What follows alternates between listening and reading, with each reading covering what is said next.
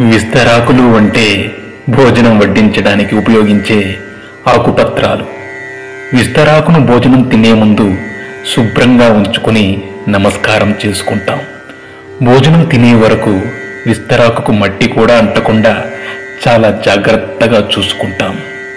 ఆహార పదార్థాలు వడ్డించుకుని చక్కగా తింటాం. భోజనం పూర్తయ్యే వరకు ఇంత జాగ్రత్త తీసుకునే మనం తిన్న మరుక్షణం విస్తరాన్ని మడిచి దూరంగా పడేస్తాం. అదే విధంగా మనిషి జీవితం కూడా అంతే.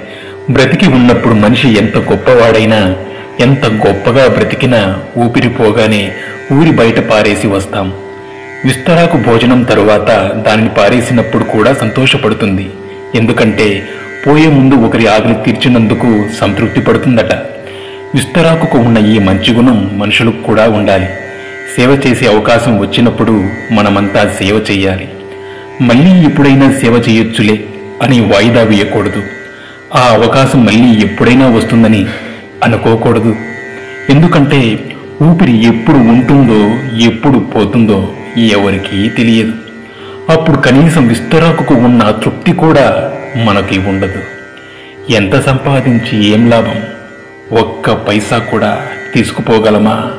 కనీసం మన ఒంటి మీద బట్ట కూడా మిగలనివ్వరు. అందుకే ఊపిరి ఉన్నంత వరకు నలుగురికి ఉపయోగపడే విధంగా జీవించాలి. ఇదే జీవిత పరమార్థం.